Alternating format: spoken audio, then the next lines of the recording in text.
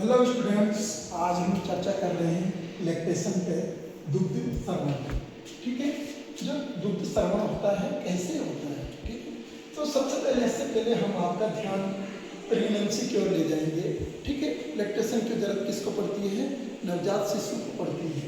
तो प्रेगनेंसी के बाद देखो, सबसे पहले हम प्रेगनेंसी की बात करें तो इसका टाइम पीरियड लिख देते हैं कि प्रेगनेंसी का टाइम पीरियड क्या होता है। अगर हम डेज की बात करें तो डेज में है बेटा हमारे पास 280 डेज। 280 डेज इसका क्या होता है? प्रेगनेंसी का टाइम पीरियड होता है। ठीक है, तो वीक की बात करें तो वीक में है बेटा हमारे पास, वीक की बात करें तो वीक में है बेटा 40 वीक मनी 40 सप्ताह। ठीक है, अगर हम बात करें मंथ की तो 9 मंथ्स हैं। कितने मंथ्स हैं? 9 मंथ्स तक इसका टाइम पीरियड चलता है। राइट, अब के बाद अब जो गर्भावस्था प्रेगनेंसी जब हो जाती है, रुक जाती है, टिक जाती है, तो उसके बाद की जो अवस्था होती है उसमें प्रोजेस्टेरोन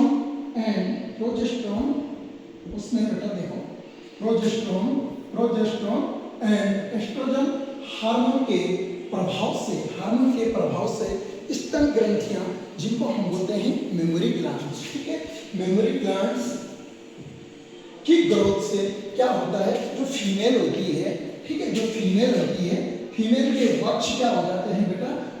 बड़े आकार के हो जाते हैं। उनका आकार में क्या हो जाता है? परिवर्तन हो जाते हैं, बड़े हो जाते हैं। अब बड़े होने के बाद जैसी ये टाइम पीरियड कंप्लीट हो जाता है 280 डेज और 40 या सप्ताह में गुने 40 वीक, मंथ की बात करें तो 9 मंथ। ठीक है, इसके दौरान जब ये कंप्लीट हो जाती है, प्रेगनेंसी का टाइम पीरियड कंप्लीट हो जाता है, तो शिशु क्या होगा बेटा? उसको बोलते हैं हम प्रसव। ठीक है, प्रसव बोलते हैं। प्रसव जब प्रसव हो जाता है, ठीक है, प्रसव जिसको बोलते हैं हम पार्चुरेशन। आफ्टर पार्चुरेशन के बाद कौन सा? प्रोडक्टिव हार्मोन क्या होते हैं? सक्रिय हो जाते हैं। प्रोडक्टिव हार्मोन के प्रभाव से जो शिशु जन्म के प्रोडक्टिव हार्मोन के प्रभाव से जब शिशु का जन्म हो जाता है तो उसके 24 घंटे के अंदर, उसके कितने घंटे के अंदर बेटा? 24 घंटे के अंदर दुग्ध ग्रंथियों से मिल्क का स्राव होता है यार, जिसको बोलते हैं लैक्टेशन। इंग्लिश में क्या बोलते हैं? लैक्टेशन हो जाता है। ठीक है, अब लैक्टेशन हो जाता है तो प्रारंभ में उस लैक्टेशन में क्या निकलता है?